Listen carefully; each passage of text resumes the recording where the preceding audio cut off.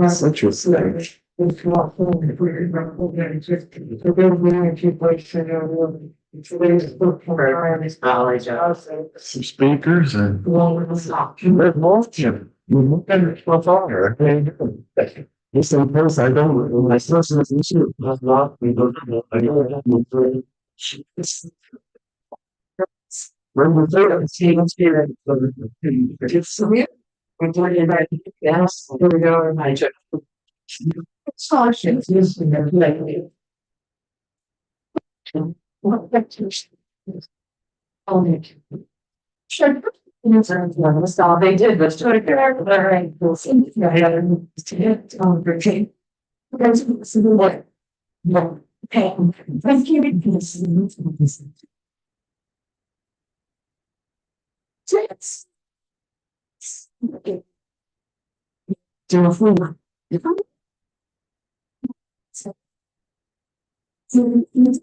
Say when that way or next is us down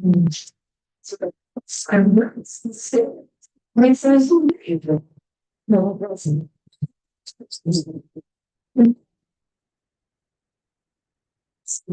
Story it's free. It's on the past out. Seven broken.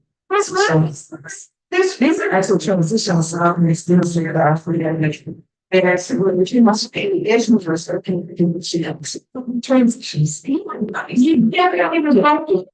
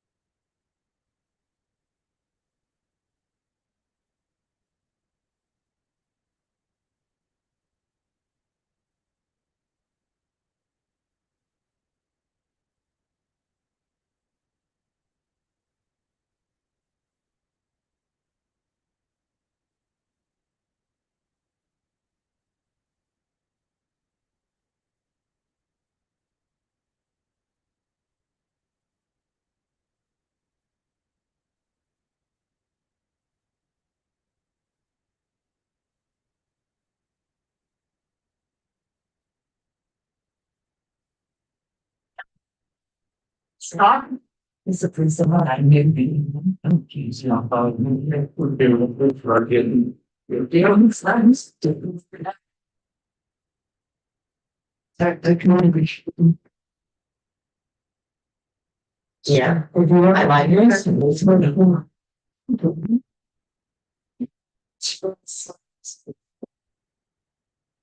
That. It's really big personal students. So things that are like this, continue to get some, don't be looking how many further so they can. Once you that's not you know, and go and do that. That's not one. Yeah, we were not together. It's good to know happen. Like, make success, but I had to go to. Since it's so back, we took down, we took it really. Yes, because we don't need it. It's much better. It's not it's solid. It's not those, for the assurance and worst of it. Things to one can touch it or sister Jackie or air conditioning, what is it for house? It's like when we take it, and so what's this good? I never once I don't know this video. It's like a Catholic working to you're like, but she didn't see her eyes, so I said, okay, who you're not doing it, was just doing something. Then go turn it, you had to let her know me now. Well, please, so they've been fixed on Wednesday.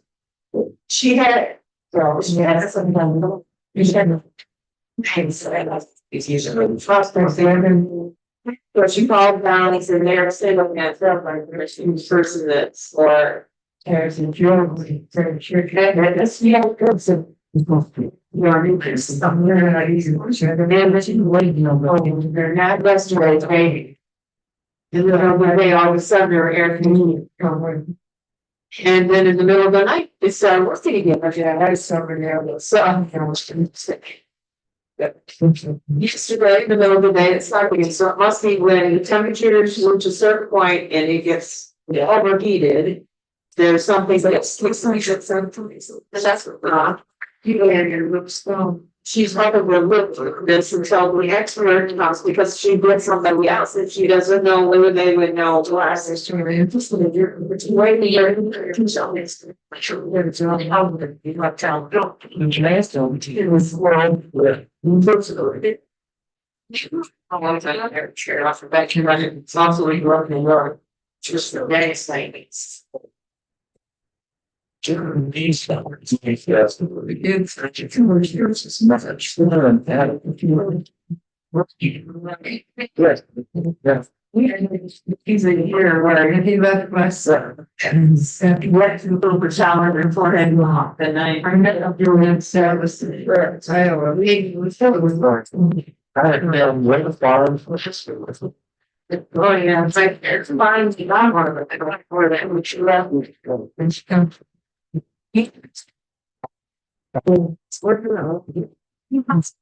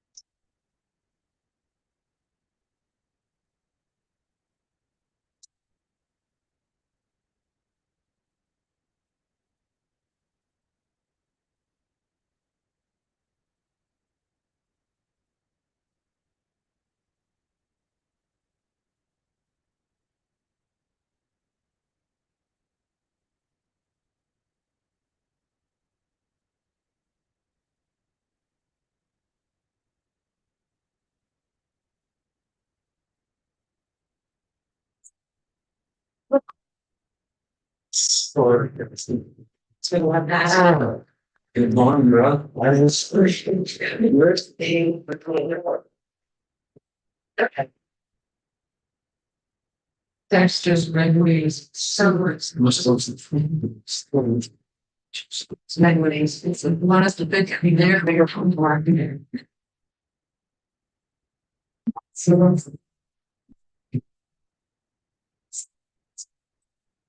So.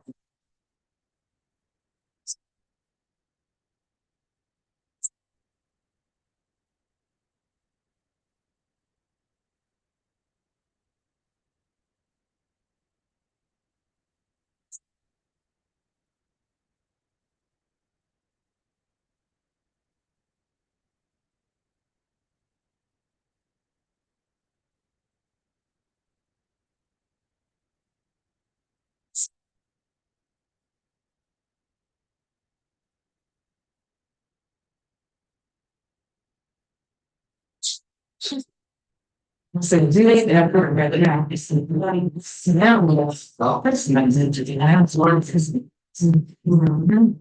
because it was oh yes was maybe start the girl. Interest of artists. You and we have very much all sorts of well, it's in us.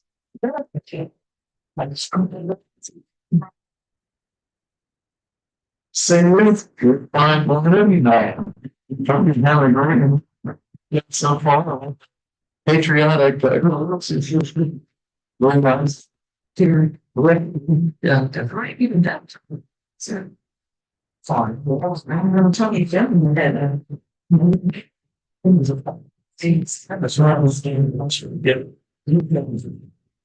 we see Robert's most sure and that's all of the school well back in it's going so what's here this where's the except how do we have the pains back? So it's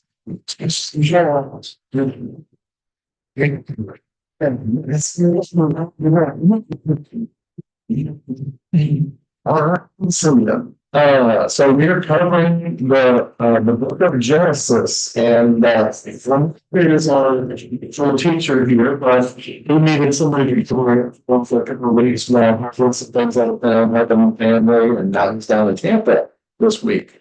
So we're going to be going to Genesis chapter 6. We are starting prayer list over here.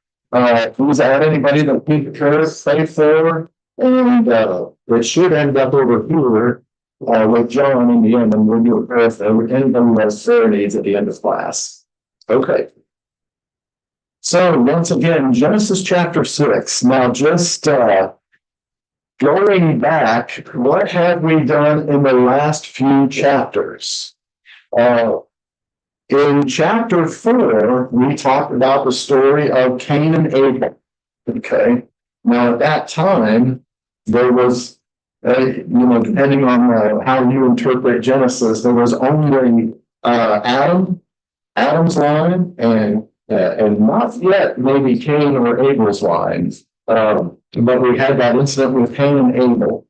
And of course, Cain killed Abel in the fields. And then God confronted him about that, and Adam and Eve were given another son, Seth.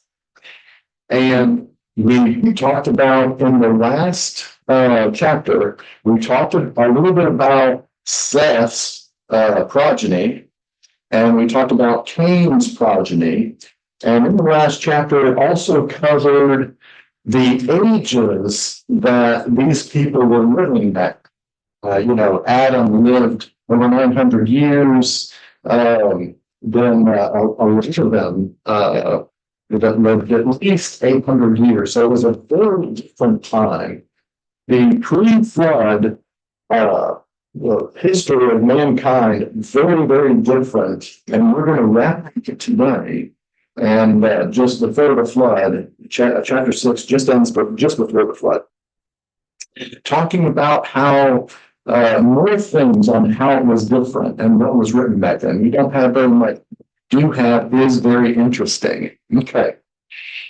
So getting to chapter 6.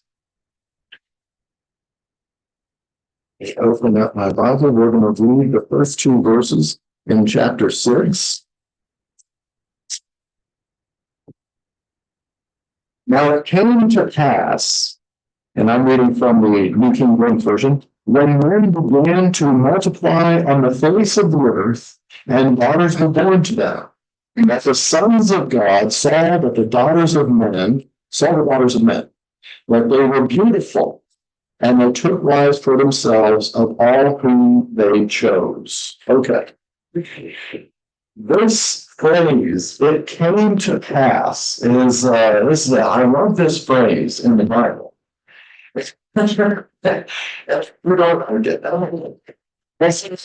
I love the phrase because, if you want to know, it doesn't specify when at all. And that's what I like about it.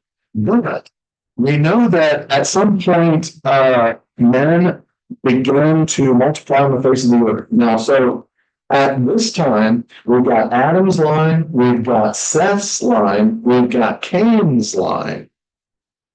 And you know that I think it says in the last chapter, I forget how old Adam was, but he was over 100 years old when he had Seth.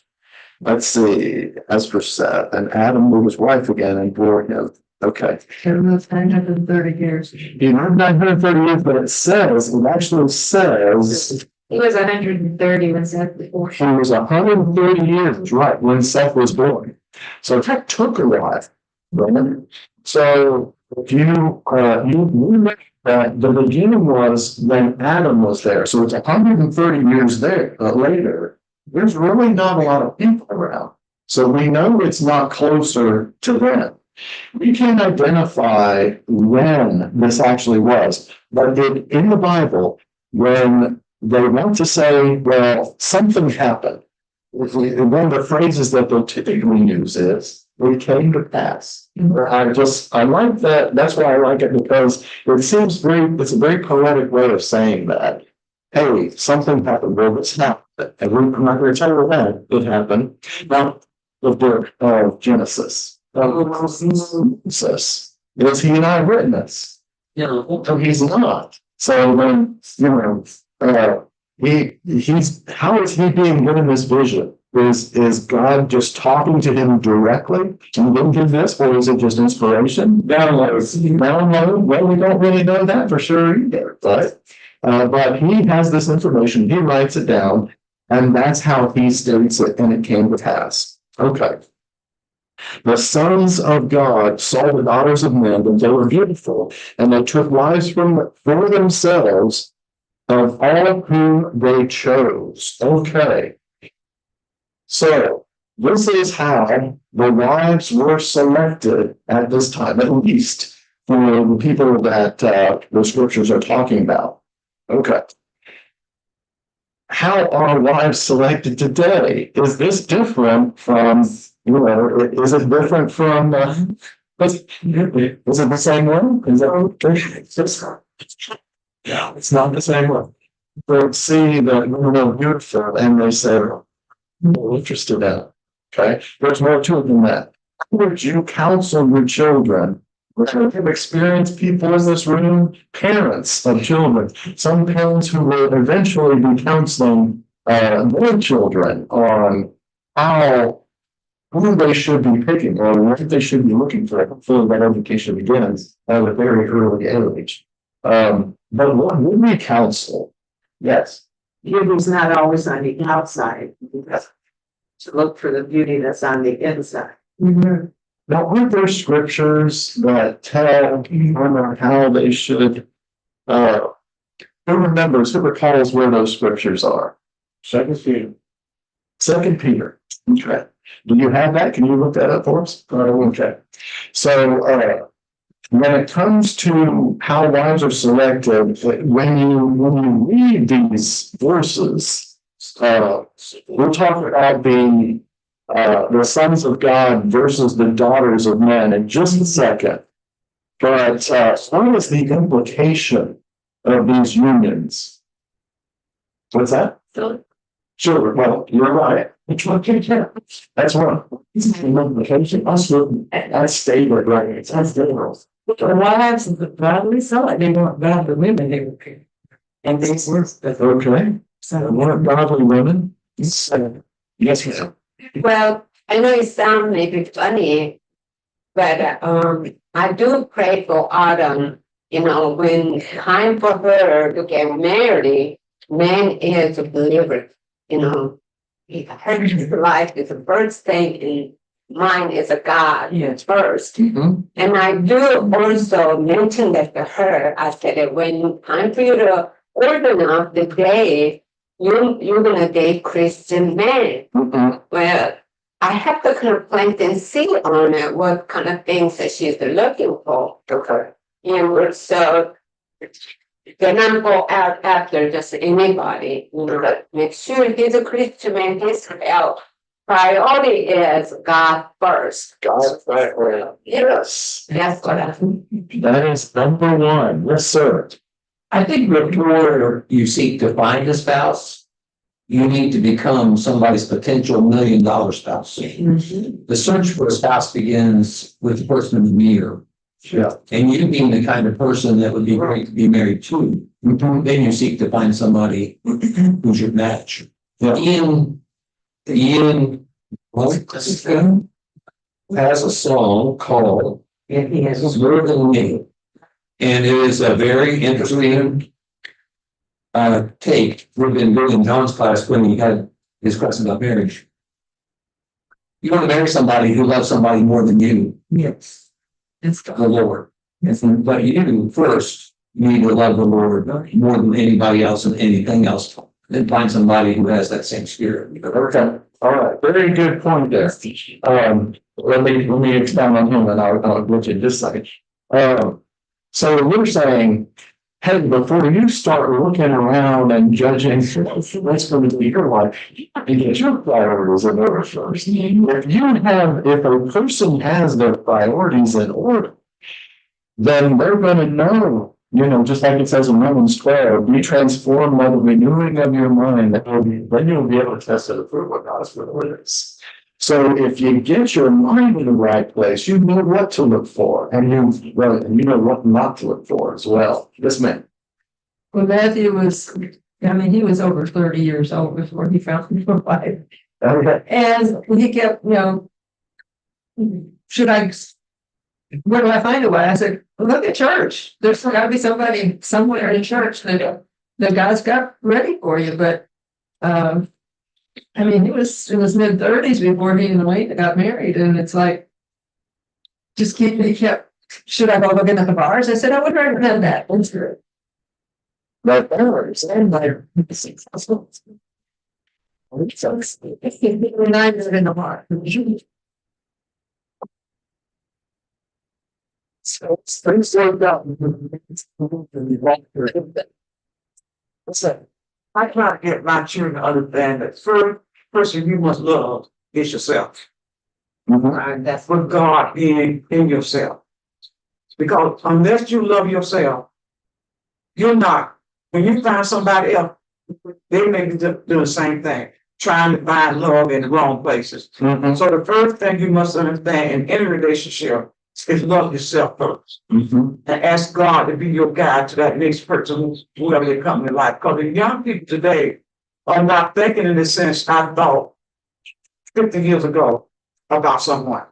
They're totally different. Yeah. And my mother and father try to pick for me. You can't pick for your children. They're out their own picking, and it's probably if they don't get on that band, it's probably going to be somebody you don't like. So if you get children to understand, you love yourself first. And we don't have arranged marriages here, but they don't tolerate that anyway. Yes, so there's a show, and it's who in the world did I marry? Now, who's married? Right. But you can miss that in that show, you can see over and over again that there was a man who, when they first met them, all smiles and he really takes good care of me, or she takes really good, but then it's not soon. I think you spend on that relationship to know who that person is. So you're not surprised on the other end of that side view. But anyway, what's the implication here in Genesis? The way it's stated, and they took wives for themselves of all whom they chose. Now, later on, I think it will also say, we'll get into verse 4 here in just a minute. But when you read that, the implication is these were not holy unions. The sons of God married the daughters of man. You might even say the implication is it was a sinful union.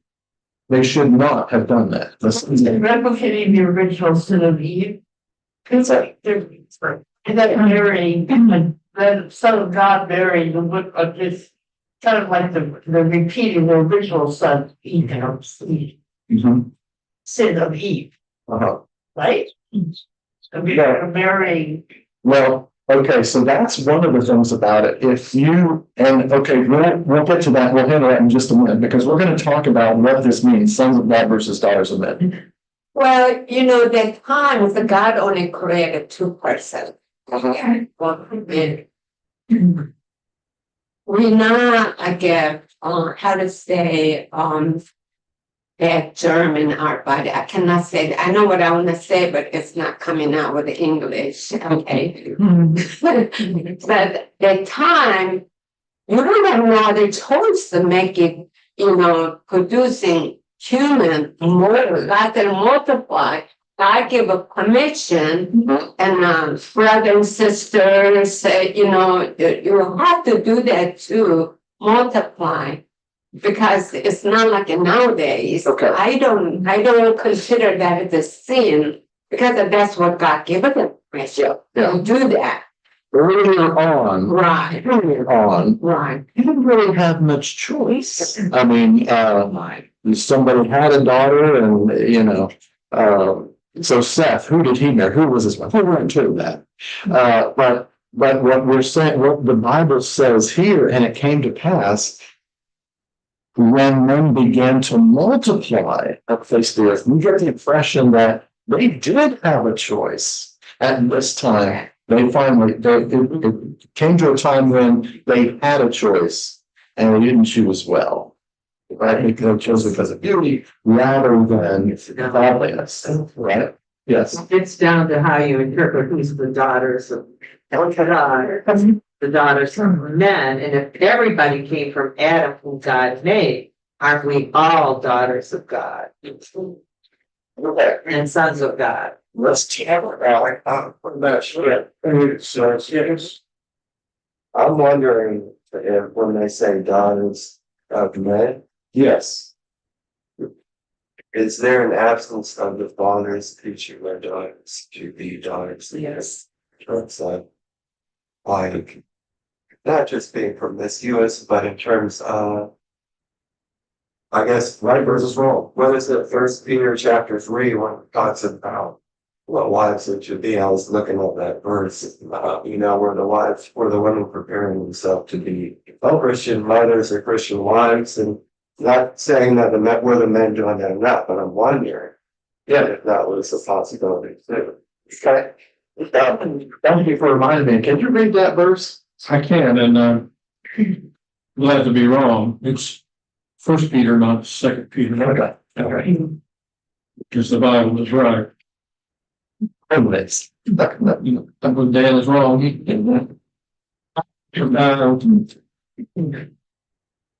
well, let's see. Shall we?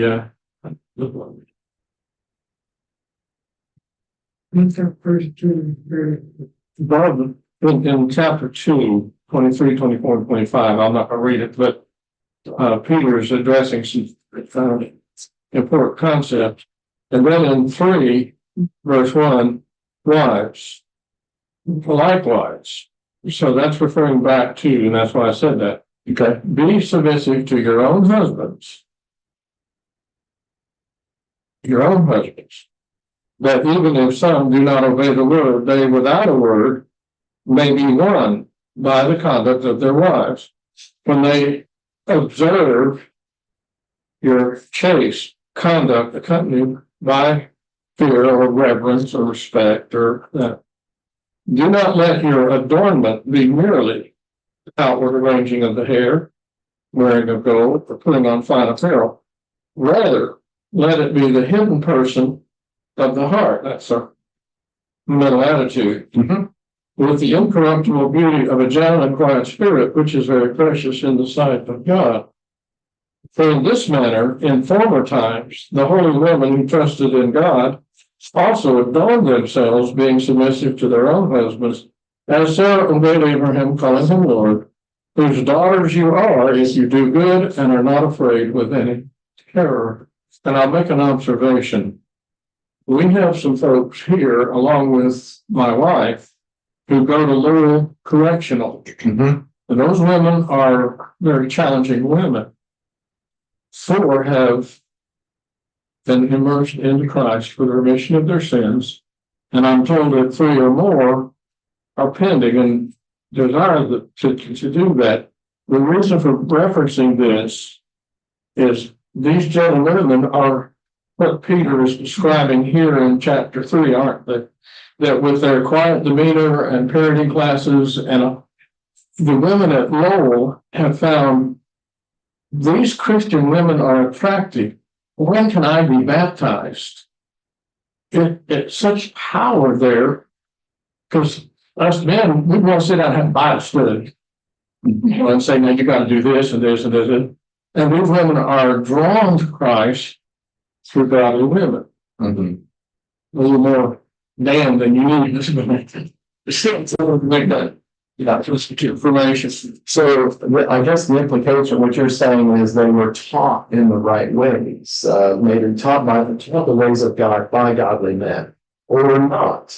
Is that what you're saying? Yeah, and Not taught by godly men. but then if that's the case, then I wonder why does it say the sons of God? Because are the men being the sons of God and their character and behavior? You know what I mean? Let's go over at least three interpretations of what this means. Now, I know what I think, but it's not stated specifically what this means, and there's a lot of argument out there about this. But I do want to read. This was a very good, very nicely put in this New King James Study Bible. Controversy surrounds the phrase "the sons of God." 3 different basic positions have been staked out regarding the identity of these sons. They have been understood as heavenly beings, an ancient Jewish position still accepted by many today. That's number 1. As kings of men of high social status, or as men from the godly family line of Seth. Okay.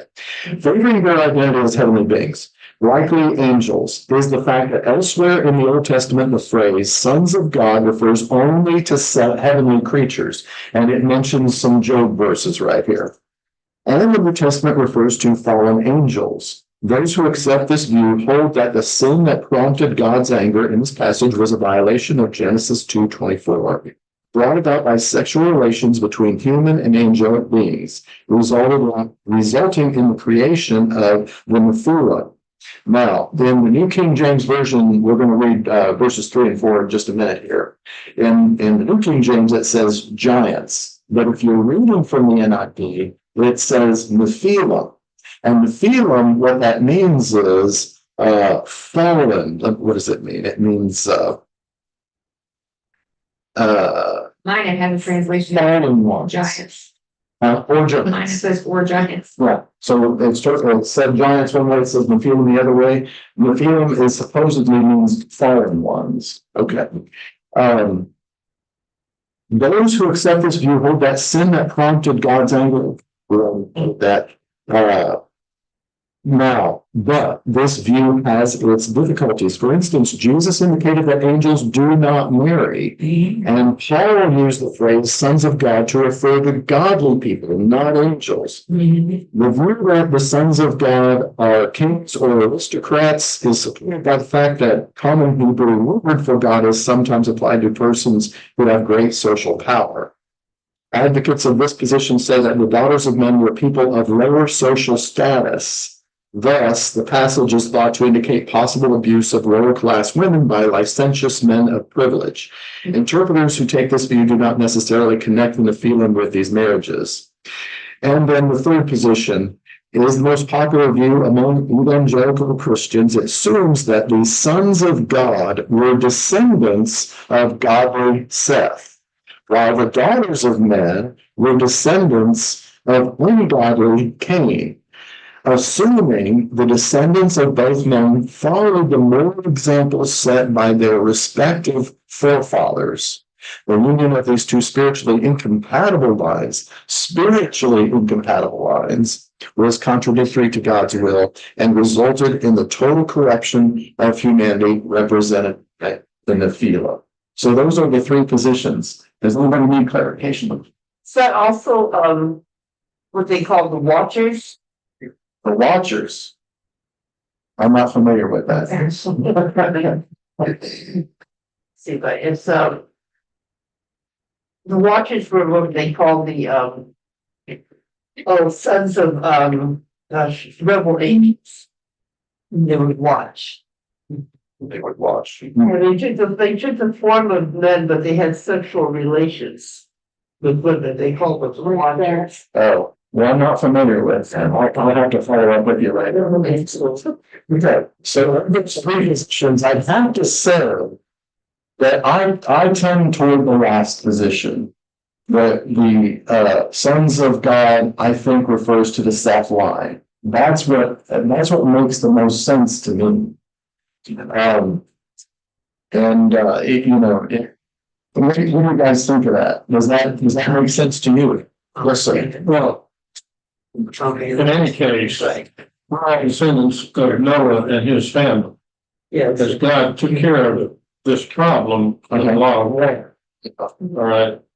So whether there were giants or angels or whatever crazy things people are coming up with, Jesus believed in Noah. So we have put that out there, that there was a universal flood that destroyed all of the beings on the earth, and which was the breath. That meant all the animals and all the wicked people drowned in that flood, except for Noah and his family and a lot of smart little animals. Yeah. That is a very good point, and that's probably where we should end this discussion about the sons of God, the daughters of men, is that, hey, because Noah was the one chosen, we are all descendants of Noah. We also, because Noah was in Seth's line, we could say we're all descendants of Seth as well. And since Seth came from Adam, we're all descendants of Adam. So I can say that. That's the important thing. Now let's go on to verses 3 and 4. And the Lord said, My spirit shall not strive with man forever, for he is indeed flesh. Yet his days shall be 120 years. There were giants on the earth in those days and also afterward, when the sons of God came into the daughters of men and they bore children to them. Those were the mighty men who were men of renown. Okay. So we've already talked about, last week we went into this idea that God limited man's years to 120. We went into that quite a bit. We're not going to go into that again. But it does say man is indeed flesh. And that is an interesting statement. I think there's something to that. What does that mean to you? Immortal. Okay. Okay. There are references to flesh versus spirit in the scriptures, right? The spirit is willing. What? Flesh is weak. Exactly. Okay, so what I get from this is that he is indeed flesh. That means man has weakness, right? There is a weakness to man.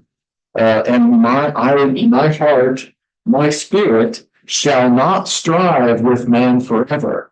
What does it mean not to strive with man? What is God? It seems like it just exhausts God to have to strive with man the way he does.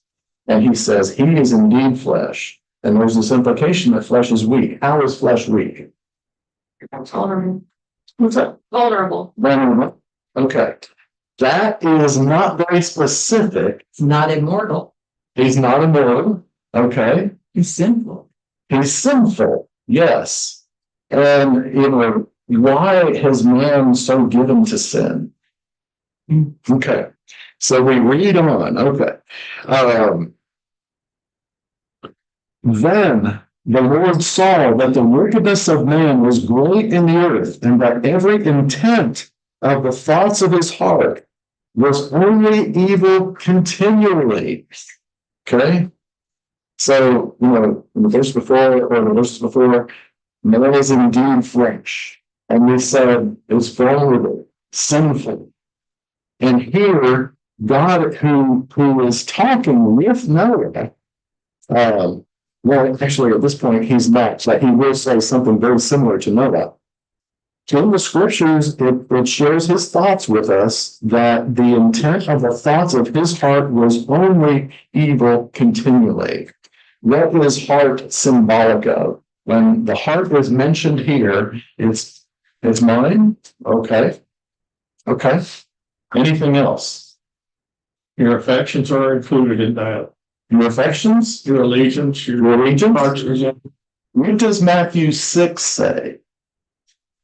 Matthew 6, Jesus' Sermon on the Mount, he says, where your heart is, where your treasure will be also, right? It's the things that you treasure.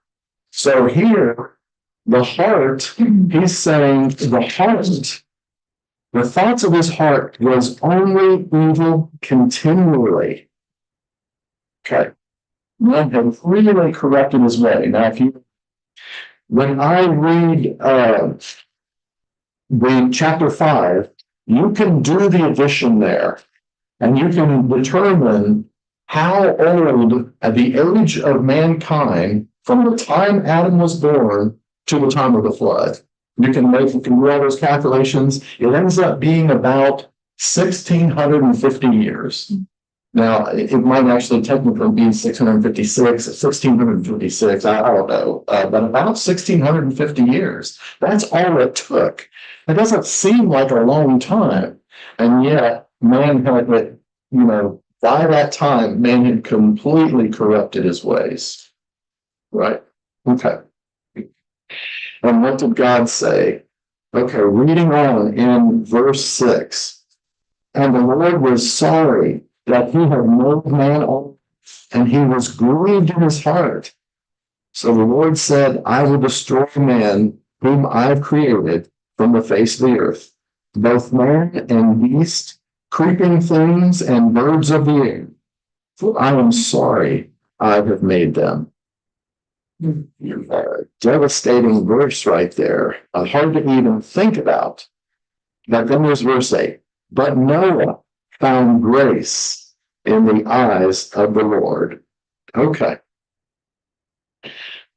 Since we're getting a little bit low on time, I'll go ahead and just jump into Noah pleases God section, starting with verse 9. Okay. Okay. This is the genealogy of Noah. Noah was a just man, perfect in his generations. Noah walked with God. Okay. So the description of Noah right here, a just man, walking with God. Are there other Old Testament scriptures that this sounds like right here? Does this make anybody think of anything? Enoch. Okay. What makes you think of Enoch? Because what was similar? Now, Enoch lost God. Oh, well, he didn't die. Okay. He walked with God. But he walked with God. It uses the same phrase there, right? He walked with God. Okay. What about this idea of being a just man? What does that mean? A just man. He was fair in his decision. He was obedient. He was obedient. And he's got to do the right thing. Just before God. There are places that, in the Bible, like it's Proverbs chapter 6, 12 through 19.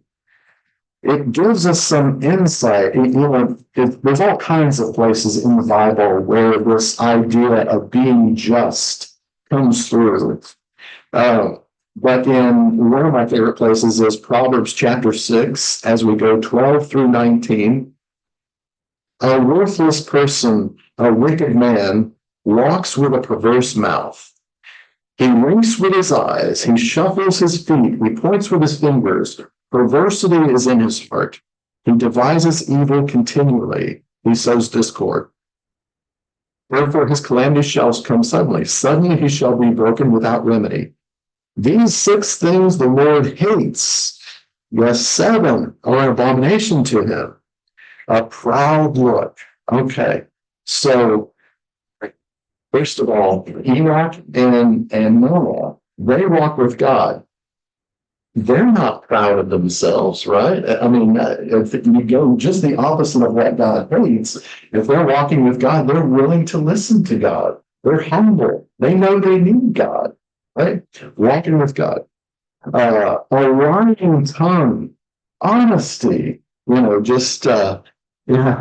who don't lie. That's a just man, doesn't lie.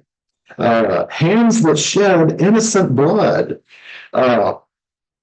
I don't know whether we're going to get to this or not. Well, we're going to talk about how some of the verses cover God saying to Noah, the earth is filled with violence. So we'll talk more about that then. Okay. A heart that devises wicked plans, feet that are swift in running to evil, a false witness who speaks lies, there again, lying, and one who sows discord among brethren. If you cause problems between your brothers and sisters, that's not being a friend. That's not walking with God. That's not what God had in mind at all.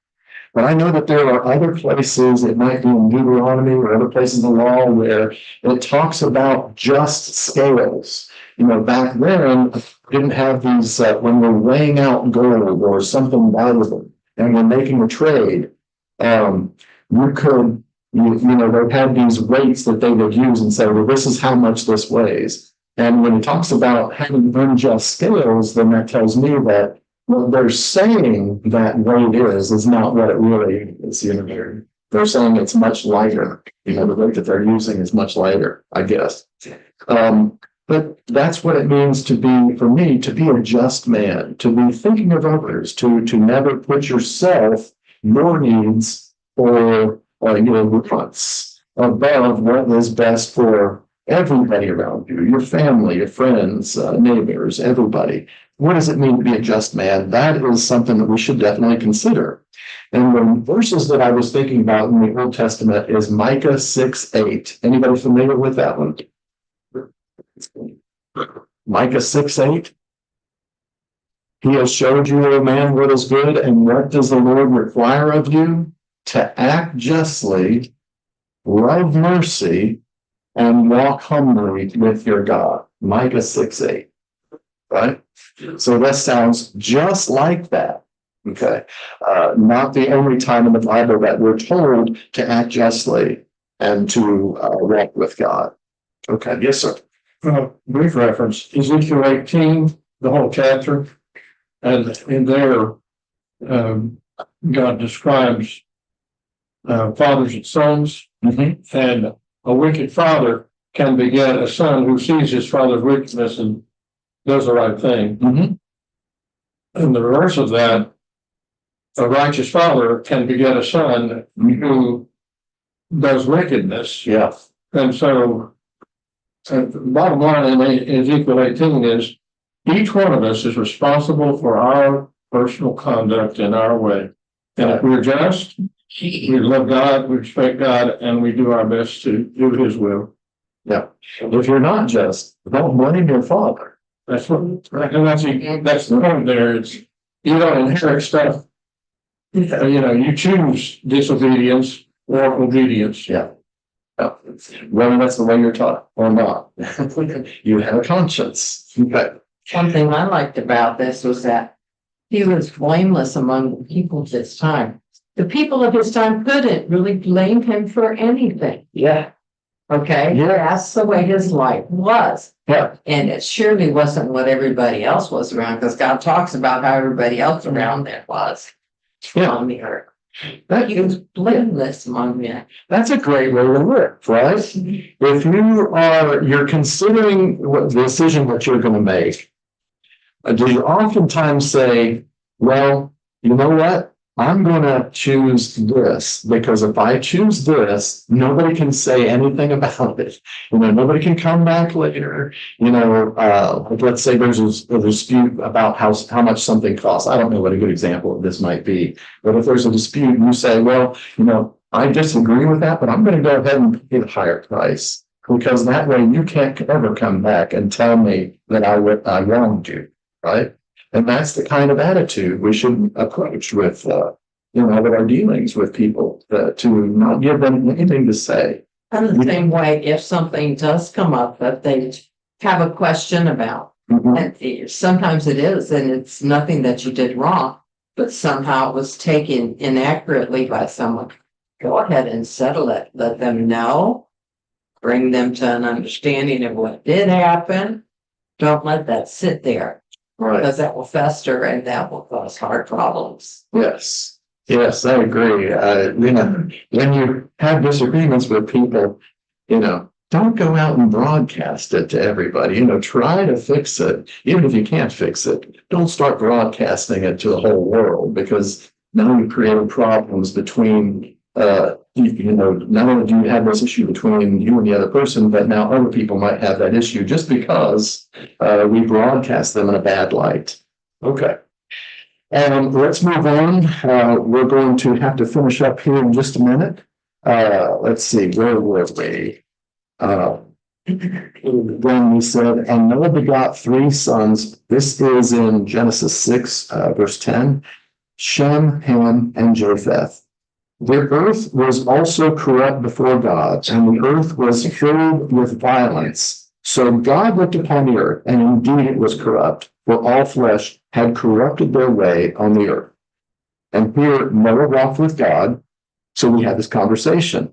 And God said to Noah, the end of all flesh has come before me, for the earth is filled with violence through them. And behold, I will destroy them with the earth. Okay, so last thing I want to talk about is this idea of being filled with violence. This is another thing that if we look through the scriptures, we can see God's feelings on violence and how we should approach that. Just want to take you to 1 Chronicles 28:3.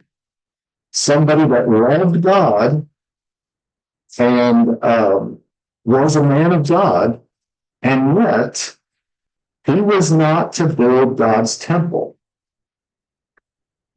28:3. 1 Chronicles 28:3. Let's see. Where am I? But God said to me, and this is David talking, you shall not build a house for my name, because you have been a man of war and have shed blood. However, the Lord God of Israel chose me above all the house of my father to be a king over Israel forever, for he has chosen Judah to be the ruler. Among the house of Judah, the house of my father, and among the sons of my father, he was pleased with me to make me king over all Israel. And all of my sons, the Lord has given me many sons. He has chosen my son Solomon to sit on the throne of the kingdom of the Lord over Israel. And as you know, Solomon would build the temple. But he would not let David build it because he had caused many wars. He had shed a lot of blood. And I'm just referencing this particular instance in God's dealing with man, and this part where he says, the earth is filled with violence, and he's going to destroy it. Okay. So, any questions or comments before we have, John, do you have the prayer list? You're ready? Okay. Anything anybody wants to say before we wrap this up? Good question. Okay, thank you. Okay, go ahead, John.